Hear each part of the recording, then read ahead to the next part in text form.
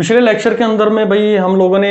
देखा था कि क्या हमारे पास में रदरफोर्ड के मॉडल होते हैं और बोर के क्या पोस्टुलेट्स वहां पर आए थे, और वहां पे हमने एक डेफिनेशन डेवलप करी थी कि जो भी हमारे पास में इलेक्ट्रॉन होगा according to the Bohr postulate, पहला उन्होंने कहा था कि जो भी इलेक्ट्रॉन होगा वो अपने एक ऑर्बिट के अंदर में रिवॉल्व करेगा, यानी कि वो इसके एक ग्राउंड स्टेट बनती है। दूसरा हमने उसका पोस्टुलेट पढ़ा था कि जो भी हमारे पास में इलेक्ट्रॉन्स होंगे वो उसी ऑर्बिट में लाई करेंगे जिसके पास में एक इंटीग्रल मल्टीपल ऑफ किसका होगा, उसका एंगुलर मोमेंटम होगा, और एंगुलर मोमेंटम हमने दिया था h/2π के नाम से, यानी कि इसका इंटीग्रल मल्टीपल वहां पर होना चाहिए। तो ये सारी चीजें हमने वहां पर देखी थी और उसी के बेसिस पे हमने उसकी एक एनर्जी डिफाइन करी थी, और वो हमने कहा था कि जो एनर्जी होती है उसके अंदर में वो एनर्जी आप लोगों ने दी थी, तीसरा जो पोस्टुलेट था, और उस एनर्जी को आपने जाना था E that will be equal to कितना आया था भैया 13.6 डिवाइडेड बाई n² आया था मेरे पास में। यानी कि आप किसी भी ऑर्बिट, ये सारी जो कैलकुलेशंस होती है ना, ये सारी की सारी हमने हाइड्रोजन एटम के ऊपर में ली गई थी। तो हाइड्रोजन के एटम से ही ये सारी कैलकुलेशंस आती हैं, क्योंकि बोर ने जो किया था वो सारा काम उसी के पहले रेडियस भी वहीं पर निकाला था उन्होंने, और उसके बाद में उसकी जो एनर्जीज थी वो भी केवल हाइड्रोजन के लिए यहाँ पर डिफाइन की गई थी। तो ये मेरे पास में वैल्यू आती है। दूसरा आप लोगों ने इसके अंदर में एक फॉर्मूला पढ़ा था एंगुलर मोमेंटम का, दैट इज गिवन बाय कितना दिया जाता है, ये n इंटू में h/2π। अब देखो यहां पर जो चीजें हम पढ़ने वाले हैं, इसको आगे लेकर जो पढ़ने वाले हैं, अब यहां पर मैं इसकी एनर्जी को अलग अलग लेवल पर डिफाइन करता हूं, और अलग अलग लेवल पर डिफाइन करके उसका हम एक एंगुलर, जो हम बात करें कि उसकी जो एनर्जी डायग्राम होता है, एनर्जी गैप डायग्राम होता है, उसके बाद देखेंगे। और फिर हम ये स्टडी करेंगे कि जो मैंने एक आप लोगों को एक स्टिप बना के दिखाई थी ना, कि जब भी हम एक एब्जॉर्प्शन स्पेक्ट्रा पढ़ते हैं तो वहां पर हमें ब्लैक लाइन्स मिलनी शुरू हो जाती है। तो ब्लैक लाइन आखिर क्यों मिलती है, क्या रीजन रहा उनके पीछे, वो सारी कहानी यहीं से होकर चलेगी हमारे पास। तो मैं अगर n=1 पर बात करूं,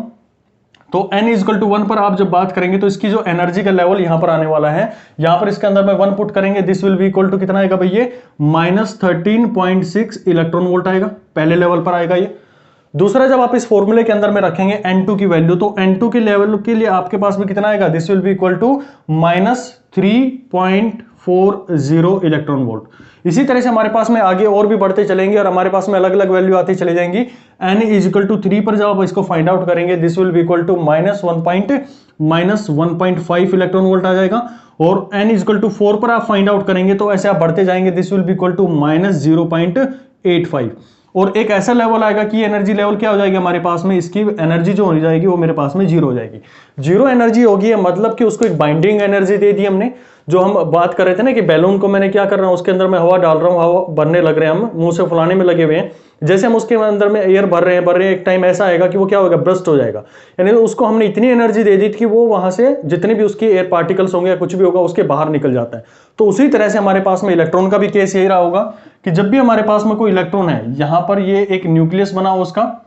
और यहां पर जो इलेक्ट्रॉन मूव कर रहा होगा, अलग अलग इसके ऑर्बिट्स बने होंगे। पहले ये E1 लेवल पे था, फिर हमने और एनर्जी दी, E2 लेवल पर चला गया, फिर हमने और एनर्जी दी और ये किस पे चला गया, E3 लेवल पर चला गया। तो अलग अलग एनर्जी लेवल पर जाएगा और एक ऐसा एनर्जी लेवल आएगा कि ये इसके बाद में बाहर हो जाएगा, यानी कि उसका एक बाइंडिंग एनर्जी कितनी उसके मिल गई, जितना उसने बाइंड करके रखा होता उसके न्यूक्लियस ने, और ये बाहर निकल कर चला जाता है। अब देखो कहानी जो यहां पर शुरुआत होती है, यहां पर होती है हमारे पास में इस पूरे रिप्रेजेंटेशन को हम एक एनर्जी लेवल डायग्राम के रूप में इसको रिप्रेजेंट कर सकते हैं। कैसे रिप्रेजेंट करेंगे, देखो भाई इसको, और वहीं से हमारे पास में जो बाल्मर सीरीज, लेमन सीरीज और ये चीजें पड़ी थी उसको हम एक्सप्लेन करेंगे। तो ये मान लो मेरे पास में एक एनर्जी लेवल में डायग्राम यहां पर बनाने की कोशिश करता हूं। ये मेरे पास में जो नीचे सबसे लोवेस्ट, जिसको हम ग्राउंड लेवल बोलते हैं, जो इलेक्ट्रॉन यहां पर E1 सेल के अंदर में रहा होगा, या फिर उसकी जो ग्राउंड लेवल रहा होगा, जिसको हम N1 ऑर्बिट के नाम से हमने रिप्रेजेंट किया था, वहां पर इसकी जो सीरीज आएगी, यहां पर इसका जो एनर्जी लेवल आया दैट इज -13.6 इलेक्ट्रॉन वोल्ट आ गया। ये उसका ग्राउंड स्टेट हो गया। जैसे हम ऊपर गए, थोड़े ऊपर जाएंगे, और यहां पर हमें दूसरा लेवल यानी कि n=1 पर मेरे पास में ये मिला, n=2 पर मेरे को ये मिला, n=3 पर जब आप फाइंड आउट करेंगे, इसके ऊपर में आपने फाइंड की थी, वैल्यू कितनी आई थी, -3.40 इलेक्ट्रॉन वोल्ट आई मेरे पास। दूसरे यहां पर आप लोगों ने इसको कंसीडर किया इस पर्टिकुलर पॉइंट पर, तो ये मेरे पास में हो गया n=3। n=3 कहां पर है भाई, मेरे पास में ये है, और इसकी वैल्यू क्या हो जाएगी, ये थोड़ा और कम हो जाएगा इससे, this will be equal to -1.5 electron volt. और ऐसे एक टाइम ऐसा आएगा कि यहां पर मेरे पास में क्या हो गया, 0 इलेक्ट्रॉन वोल्ट हो गया। जब इसको हम 0 इलेक्ट्रॉन वोल्ट उसके पास में एनर्जी हो जाएगी, तो हम ये मानेंगे कि वो इलेक्ट्रॉन क्या कर गया, वो यहां से एग्जिट हो गया, यहां से वो बाहर हो गया है। यानी उसके पास में क्या हो गया, एक बाइंडिंग एनर्जी, कितनी एनर्जी आ गई, जिससे वो वहां से निकल गया है, उससे वो बाइंड नहीं कर पाया। अब देखो यहां पर जब आप इसको एनर्जी देंगे, अब एनर्जी किसी भी इलेक्ट्रॉन को मिलती कैसे है, एनर्जी किसी भी इलेक्ट्रॉन को मिलती कैसे है, तो यहां से आपने कहा कि ये मेरे पास में, मैंने इसको यहां पर इस ग्राउंड लेवल से यहां तक एक्साइट करने के लिए कुछ एनर्जी दी गई। तो यहां पर कितनी एनर्जी मैंने दी भाई, यहां पर आप लोग इसको फाइंड आउट कर सकते हैं। -13.6 इनिशियल थी, और ये इसके पास में कितनी बची मेरे पास में, माइनस ये कर दोगे आप इसके फाइनल को, तो ये मेरे पास में आएगा 3.40 इलेक्ट्रॉन वोल्ट, और ये मेरे पास में 60 इलेक्ट्रॉन वोल्ट। तो यहां पर आप लोगों के पास में जो बनने वाला है that will be equal to 10.2 electron volt मेरे पास में आ गया। This is equal to 10.2 electron volt मेरे पास में आ गया है। अब ये इलेक्ट्रॉन जो एक्साइट कर यहां पर चला गया होगा, अब ये एक्साइट किया कैसे,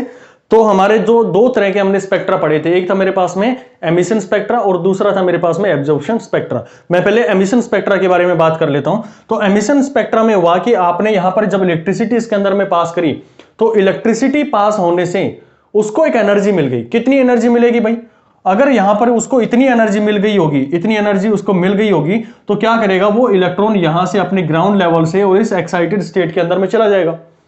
अब यहां पर वही बात कि हम एटीएम की लाइन में खड़े हुए हैं, हम दूसरे की लाइन के अंदर में जाके खड़ा होना चाहेंगे, तो क्या करेगा वो, उसको वहां से बाहर धक्का देकर निकालने की कोशिश करेगा। तो यही इनके साथ में होगा, क्योंकि ये इसकी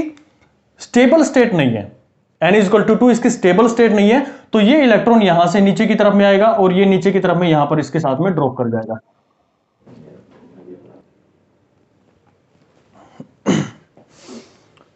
तो इस पॉइंट पर आप देख रहे होंगे कि जब हमने यहां पर उसको एक एनर्जी दी, कहां से एनर्जी मिली उसको, जब हमने उसके अंदर से इलेक्ट्रिसिटी पास करी तो वहां पे उसको एक एनर्जी मिल गई। वो एनर्जी इस पॉइंट पर लेके जाएगी, क्योंकि ये इसकी स्टेबल स्टेट नहीं है, तो यहां से ये एनर्जी क्या करते हुए आएगा, नीचे की तरफ में ड्रॉप करेगा और अपनी ग्राउंड स्टेट पर आने की कोशिश करेगा। तो यहां से किस फॉर्म में एनर्जी रिलीज होगी, इसके पास में लाइट की फॉर्म में ये एनर्जी को रिलीज करेगा। और एक पर्टिकुलर लाइट का यहां पर क्या हुआ, एक फोटोन यहां पर जनरेट हो जाएगा, चाहे हमारे पास में रेड हो, ग्रीन हो या किसी भी तरह का यहां पर जनरेट होगा। और हमें ऑलरेडी इस चीज के बारे में जानकारी है कि हम इस एनर्जी को कैसे डिफाइन करते हैं, जो यहां पर फ्रीक्वेंसी निकालते हैं, तो आप बोलेंगे E=hf,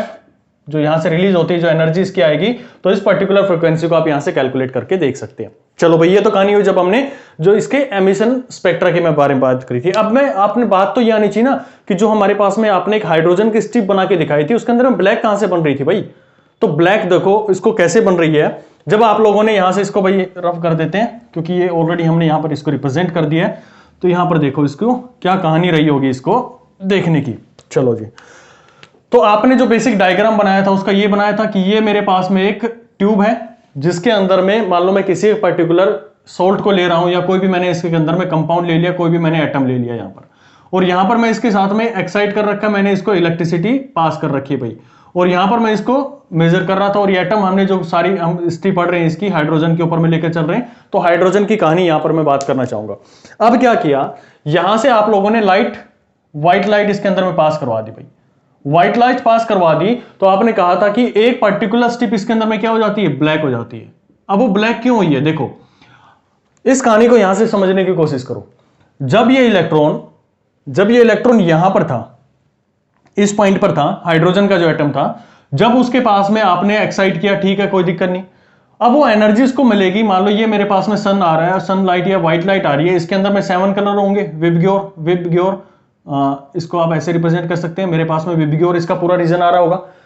अब ये क्या करेगा, अपनी इस रेंज के अंदर में अकॉर्डिंग टू दिस, अगर इसको यहां से यहां तक जंप करना है, तो किस फ्रीक्वेंसी की लाइट को, क्योंकि ये मेरे पास में जो रिजल्ट आ रहा था 10.2 इलेक्ट्रॉन वोल्ट आ रहा था, इतनी एनर्जी का कोई भी मेरे पास में फोटोन आएगा इनमें से, विबग्योर के अंदर से, चाहे किसी भी लाइट के अंदर में, इतना अगर कोई एनर्जी रखता होगा, तो वो उस एनर्जी को, लाइट को अपने पास में एब्जॉर्ब कर लेगा, यानी कि उसके पास में एनर्जी ले लेगा, और ये यहां से अपनी ग्राउंड स्टेट से कहां पर चला जाएगा, इस एक्साइटेड स्टेट के अंदर में मूव कर जाएगा। अब निकल तो यहां से क्या रहे थे, सातों कलर लग रहे थे, लेकिन एटम ने क्या किया, उस पर्टिकुलर फ्रीक्वेंसी के फोटोन को अपने पास में एब्जॉर्ब कर लिया, और एब्जॉर्ब करने से बाकी तो सारी हमारे पास में लाइट चली गई है। अगर मान लो मेरे पास में येलो कलर कर रहा होगा, तो वायलेट भी चला जाएगा, इंडिगो भी, ब्लू भी, ग्रीन भी, ये सारे तो यहां से पास आउट हो जाएंगे। लेकिन यहां पर मेरे पास में ऑरेंज, रेड ये भी हो गया, और येलो जो है खाली, येलो यहां से पास नहीं करेगा। क्यों नहीं करेगा, उस पर्टिकुलर फ्रीक्वेंसी के रीजन को, क्योंकि उसके पास में इतनी सफिशिएंट एनर्जी थी कि यहां पर उसने क्या कर लिया, एब्जॉर्ब कर लिया, और एब्जॉर्ब करने से यहां पर मेरे को क्या मिलना शुरू हो गया, एक ब्लैक स्ट्रिप मिलना शुरू हो गया। उसी तरह से कोई और दूसरा भी आएगा, अलग अलग लेवल पर इसके साथ में ब्लैक स्ट्रिप बनती चली जाएंगी। तो ये पूरा था मेरे पास में जो हमने एब्जॉर्प्शन स्पेक्ट्रा के बारे में बात करी थी। तो एब्जॉर्प्शन स्पेक्ट्रा के अंदर में ब्लैक स्ट्रिप कहां से मिलती है, यहीं से उनका रीजन शुरू होता है। अब मान लो आपको ये समझ में आ गया, अगर यहां पे ये कहा जाए कि भाई ये इलेक्ट्रॉन है वो इस N2 लेवल से और यहां पर जंप करके जाना है उसको, तो इस एनर्जी का लेवल का गैप कितना रहा होगा भाई? यहां पर आप लोग देख सकते हैं इसको कि मेरे पास में 3.40 और ये 1.5 मेरे पास में है, तो 0 और ये मेरे पास में हो गया 5, 9 और ये यहां पर आ जाएगा आपके पास में 1। अगर यहां पर इसके पास में 1.90 अगर मेरा इलेक्ट्रॉन इस पर्टिकुलर स्टेट पर है, n=2 पर है और उसको यहां से यहां तक जंप करके जाना है, तो कैसे करेगा भाई वो? जब उसके पास में जो फोटोन यहां से आ रहे होंगे इसके पास में, तो ये कितनी एनर्जी इसको मिले, जिसके पास में इतनी एनर्जी रखते होगा वो फोटोन इसका इतना एनर्जी रखता होगा, प्लस में ये भी तो उसके पास में होनी चाहिए, ये दोनों एनर्जी उसके पास होनी, क्योंकि कोई भी इलेक्ट्रॉन ग्राउंड स्टेट से ही अपने किसी एक्साइटेड स्टेट के अंदर में जाएगा। लेकिन अगर इलेक्ट्रॉन यहां से यहां पर जंप कर गया और फिर यहां से इस पे जंप करना है, तो उसको चाहिए खाली 1.90। लेकिन ग्राउंड स्टेट से स्टेट में जाना है तो उसको ये भी चाहिए कि पहले जो हमारे पास में आई थी इतनी 10.2 आई थी, प्लस में ये। तो उसी तरह से अगर मान लो मेरे को यहां पर एक्साइट करवाना है, इस पर्टिकुलर स्टेट के अंदर में मुझे इसको लेके जाना है, तो 10.2 ये हो गया, 1.90 ये और ये, यानी कि तीनों मेरे को क्या करनी पड़ेंगी। इतना फोटोन अगर कोई एनर्जी लेके आ रहा होगा यहां से, तो उसको ये क्या कर लेगा, अपने पास में एब्जॉर्ब कर लेगा और बाकी स्पेक्ट्रम में मेरे पास में क्या मिल जाएगी, लाइट मिलेगी, लेकिन उस पर्टिकुलर वेवलेंथ की मेरे को लाइट नहीं मिलने वाली। तो ये कहानी थी भाई सारी जो हमारे पास में इलेक्ट्रॉन को लेकर थी, कि इलेक्ट्रॉन कैसे हमारे इलेक्ट्रॉन्स, जो हमने हाइड्रोजन स्पेक्ट्रा पढ़ा था कि कहां पर हमें ब्लैक स्ट्रिप मिलती है और कहां पर हमारे पास में दूसरी जो कलर्ड जो स्ट्रिप्स मिलती हैं। एक्साइटेड वाले में, एमिशन वाले में इलेक्ट्रॉन जाएगा, इलेक्ट्रिसिटी से उसको एनर्जी मिली और वहां से रिटर्न बैक कर वापस इस पोजीशन पर आ जाएगा। जो एब्जॉर्प्शन स्पेक्ट्रा है, एब्जॉर्प्शन स्पेक्ट्रा के अंदर में वो एनर्जी इतनी लेगा कि वहां पर हमारे पास में इस पर्टिकुलर पॉइंट पर एक ब्लैक स्ट्रिप मिलना शुरू हो जाएगी। तो यही हमारे पास में था कि ब्लैक स्ट्रिप जो होती है, यानी कि एमिशन, जो हमारे पास में एब्जॉर्प्शन स्पेक्ट्रा होते हैं, ये काफी इंपॉर्टेंट होते हैं। कोई भी हमें कोई कैलकुलेशन करनी होती है या फिर किसी भी तरह की हमें स्पेक्ट्रोमीटर के अंदर में या कोई किसी भी एटम के बारे में हमें एक्सप्लेनेशन करने के लिए जरूरत पड़ती है। तो ठीक है भाई, अब यहां पर आप लोगों को ये एक फॉर्मूला डेवलप हो गया कि यहां पर आप लोगों को ये एनर्जी समझ आ गई कि एनर्जी कहां से आई है। इस एनर्जी का यूज करके जो आपके एग्जाम में क्वेश्चंस बनते हैं वो यहीं से बनकर आएंगे आप लोगों के पास में, कि आपको एनर्जी जो मिली that will be equal to E equal to H F मिल गई मेरे का। और ये एफ कौन सा होगा, वो एनर्जी होगी जो कि इसको यहां से इस पॉइंट पर एक्साइट करवाएगा, उस पर्टिकुलर फोटोन की वो एनर्जी या फ्रीक्वेंसी मेरे पास में रहेगी। तो यहां पर आपके पास में फ्रीक्वेंसी अगर निकालने के लिए बोल दिया जाए तो फ्रीक्वेंसी क्या हो जाएगी, that will be equal to E divided by H. H मेरे पास में क्या भाई, प्लैंक कांस्टेंट है। ये प्लैंक कांस्टेंट की वैल्यू आप लोगों को पता है, पिछली क्लास के अंदर में भी इसको डिस्कस कर लिया गया है। तो यहां पर आपको एफ को आप क्या रिप्रेजेंट कर सकते हैं, सी बाई लैम्डा से आप रिप्रेजेंट कर सकते हैं। और ये मेरे पास में E एनर्जी होगी। एनर्जी कौन सी है, जो मेरे को उस पर्टिकुलर स्टेट से दूसरे स्टेट लेंगे, यानी कि एक्साइटेड स्टेट के ऊपर में लेके जाएगा। तो यहां से आप कैलकुलेट कर सकते हैं what will be the lambda. Lambda will be equal to, यहां पे आपके पास में आ जाएगा सी एच, सी यानी कि कांस्टेंट है मेरे पास में, स्पीड ऑफ लाइट के नाम से आप जानते हैं, 3 × 10⁸ मीटर पर सेकंड इसकी वेलोसिटी होती है। और नीचे इसके पास में क्या आ जाएगा, E आ जाएगा। ये बहुत इंपॉर्टेंट फॉर्मूला है भाई, आप लोग को ये याद रहना चाहिए। यानी कि अगर आप लोगों से ये पूछ लिया जाए कि जो इलेक्ट्रॉन है एक्साइट होकर गया और उसका एनर्जी बैंड आपको दे दिया गया कि इस एनर्जी बैंड से इतना उसका गैप था, या फिर ये दे दिया गया कि इतना एनर्जी गैप है, या फिर ये दे दिया गया इतना एनर्जी गैप है, तो आप यहां पर वैल्यूज को पुट करेंगे। सी आपको वैल्यू पता होगा, एच आपको पता होगा, और उस पर्टिकुलर वेव की या जो मेरे पास में लाइट वहां से एमिट होगी उसकी आप फ्रीक्वेंसी मेरे को इजीली फ्रीक्वेंसी बता सकते हैं, या फिर वेवलेंथ उसकी यहां पर डिफाइन कर सकते हैं। पूरे फॉर्मूलाज आप लोगों के पास में बिल्कुल रहेंगे इसके अंदर में, ठीक है। अभी दूसरी हम इसके अंदर में एक चीज देख लेते हैं कि आप लोगों के पास में डिफरेंस ऑफ एनर्जी की बात कर लेते हैं। अगर आप लोगों से जो एक दूसरा इसके अंदर में क्वेश्चन बनने वाला है, जहां से आपके पास में आता है कि अलग अलग nth ऑर्बिट के अंदर में, ये तो क्या हो गया कि ये तो जनरलाइज हो गया तरीका, ठीक है ना। आप किसी भी एनर्जी गैप दे रखा हो तो आप उसको यहां पर निकाल के देख सकते हैं। लेकिन आप लोगों को ये बोल दिया जाए कि फर्स्ट ऑर्बिट से सेकंड ऑर्बिट में चला गया, सेकंड ऑर्बिट से थर्ड ऑर्बिट में चला गया, या फोर्थ ऑर्बिट से फिफ्थ ऑर्बिट में चला गया, तो कैसे उसको कैलकुलेट करेंगे। तो इसका एक जर्नलाइज फॉर्मूला है मेरे पास में, उस फॉर्मूले को आपको हमेशा याद रखना है। वो फॉर्मूला आप लोग पढ़ भी चुके हैं एक बार, जब हमने बाल्मर सीरीज और इन चीजों के बारे में डिस्कस करना शुरू किया था। लेकिन यहां पर थोड़ा सा उसको मॉडिफिकेशन में आप लोगों को यहां पर डिफाइन करवा देता हूं। तो उसको हम देते हैं हमारे पास में एनर्जी, यानी कि energy gap is given by EF। इसके हम एनर्जी के बारे में बात कर लेते हैं, जर्नलाइज इसका फॉर्मूला हम यहां पर डेवलप कर लेते हैं, और उसको आप रिप्रेजेंट करेंगे E एनर्जी लेवल होगा कहां पर, इनिशियल और फाइनल लेवल के बीच में। और ये जिसको आप लोग एक जर्नलाइज फॉर्मूले में वहां पर अभी डिफाइन करके आए हैं। H मेरे पास में प्लैंक कांस्टेंट हो गया H, और ये मेरे पास में फ्रीक्वेंसी इसको लिखेंगे इसके अंदर में F इनिशियल और फाइनल। इसको आप रिप्रेजेंट कर सकते हैं, एक मेरे पास में कांस्टेंट बनता है me4 डिवाइडेड बाई, ये मेरे पास में वैल्यू आ जाएगी 8 एप्सिलॉन नॉट h स्क्वायर, और यहां पर इंटरनली आ जाएगा कोई भी मेरे पास में ऑर्बिट गिवन होगा, इनिशियल कौन से ऑर्बिट पे है और फाइनली मेरे को किस ऑर्बिट पर लेके चलनी है, तो मेरे पास में आएगा IF NF मेरे पास में आ जाएगा, और इसका स्क्वायर माइनस में 1 बाई एन इनिशियल, जिसका स्क्वायर मेरे पास यहां पर रिप्रेजेंट कर जाएगा। ठीक है, यहां पर ये एक जनरलाइज तरीका है कि आप उसकी एनर्जी को फाइंड आउट करने के लिए बोल दिया जाए, लेकिन जब यहां पर हम थोड़ा कैलकुलेशन करते हैं और आप लोगों को इसकी फ्रीक्वेंसी निकालने के लिए बोल दिया जाए, तो फ्रीक्वेंसी इसके अंदर में आप निकाल सकते हैं FIF,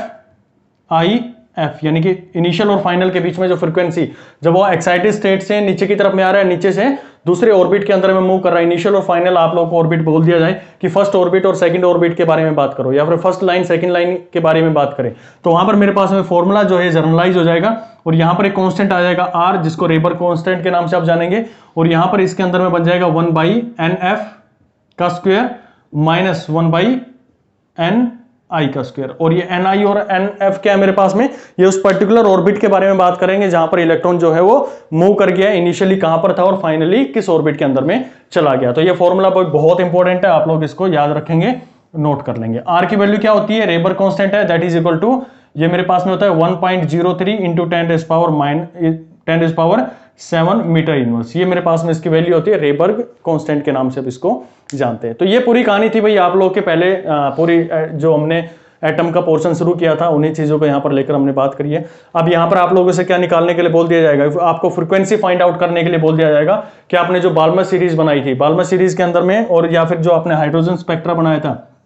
जिसके अंदर में ये ब्लैक आ रहा था पहला, फिर दूसरा ब्लैक आया था, तीसरा ब्लैक आया था, तो यहां पर आप लोगों से पूछ लेगा कि जब ये पहला स्पेक्ट्रा बन रहा होगा तो वहां पर उसकी पहली जो इसकी लाइन बन रही होगी उस पर्टिकुलर वेवलेंथ के ऊपर में उसकी फ्रीक्वेंसी निकालने के लिए आपको बोल दिया जाएगा। तो ये सारी क्या करनी पड़ेंगी, पहले आपको N1 जो है, NI जो मेरे पास में, उसकी वैल्यू आपको 1 रखनी पड़ेगी, NF जो है वो 2 रखनी पड़ेगी, फिर आप इसके कैलकुलेट करेंगे, रेबर कांस्टेंट आपके पास में रखा होगा, और जब इसको पूरा कैलकुलेट करेंगे तो आपके पास में जो आने वाला है that will be equal to 1218 angstrom आ जाएगा। यानी कि जब भी इलेक्ट्रॉन पहले ऑर्बिट से दूसरे ऑर्बिट के अंदर में जा रहा है, किसके अंदर में, हाइड्रोजन एटम के अंदर में, इस ऑर्बिट से और इस ऑर्बिट के अंदर में जा रहा है, तो वहां से कितनी वेवलेंथ की वो लाइट एमिट करेगा, that will be equal to 1218 angstrom के बराबर में वहां पर वो जर्नेट करेगा। तो यहां पर आप लोगों को ये एक फॉर्मूला ये याद रखना कि लैम्डा आप जर्नलाइज कैसे निकाल सकते हैं, जब आपको एनर्जी गैप दे रखा हो, प्लैंक कांस्टेंट दे रखा हो, C आपको पता होगा। दूसरा ये एक फॉर्मूला है जहां से आप एनर्जी निकाल सकते हैं, अगर आप लोगों को ये NF और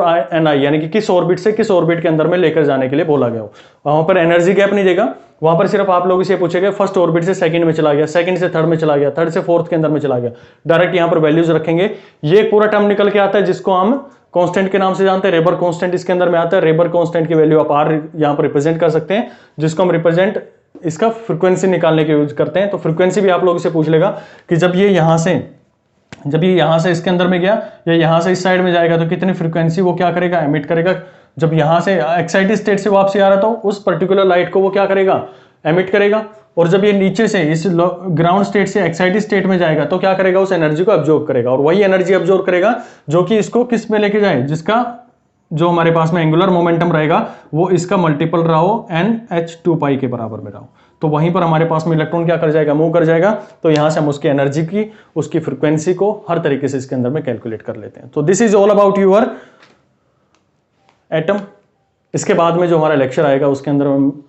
इसके कुछ न्यूमेरिकल्स के बारे में बात करेंगे, और न्यूक्लियर फिजिक्स एक बहुत इंपॉर्टेंट टॉपिक रहेगा इसके अंदर में, जिसके बारे में हम डिस्कस करेंगे। तो आप लोग देख पा रहे होंगे कि हमारे पास में जितना भी मैथ्स के टॉपिक थे वो हमारे लगभग खत्म हो चुके हैं। इंजीनियरिंग मैथ्स हमारा कंप्लीट हो चुका है एज कम्पेयर टू अदर्स। आप कहीं पर भी देख रहे हो, कहीं पर भी पढ़ रहे होंगे, तो हमारा समय से पहले जो आप लोगों से हमने कमिटमेंट किया था कि आपका सिलेबस जो है वो टाइम रहते हुए आपके एग्जाम से पहले कंप्लीट कर दिया जाएगा, और उस पर हमने काम किया है और पूरा आप लोगों का सिलेबस कंप्लीट हो गया है लगभग वहां पर। ठीक है, फिजिक्स का कुछ परसेंट अब यहाँ पर रह रहा है, 72 हमारे पास में 70-75% हमारा कंप्लीट हो चुका है, 25% के आसपास में रह रहा है। वो चीज़ें हम क्या डे बाय डे चीज़ें जो हैं वो कंबाइन कर रहे हैं, और चीज़ें आप लोगों के लिए यहाँ पर प्रोवाइड करी जा रही है। एप्टीट्यूड की जो क्लासेज है संदीपुरा सर बहुत जल्द आप लोगों के पास में ले रहे हैं। अभी उन्होंने क्या किया है, जो पेपर एनालिसिस है वो आप लोगों के लिए डाला है। उन्होंने तीनों शिफ्ट के जो पेपर थे, किस तरह से आपको कैलकुलेटिव अपनी जो स्ट्रेंथ है उसको इंप्रूव करना है, कैसे आप अपने टाइम को वहां पर सेव कर सकते हैं और उस टाइम को आप अपने टेक्निकल पोर्शन के लिए लगा सकते हैं, वहां पर बहुत अच्छे से उन्होंने उनको एक्सप्लेन किया है।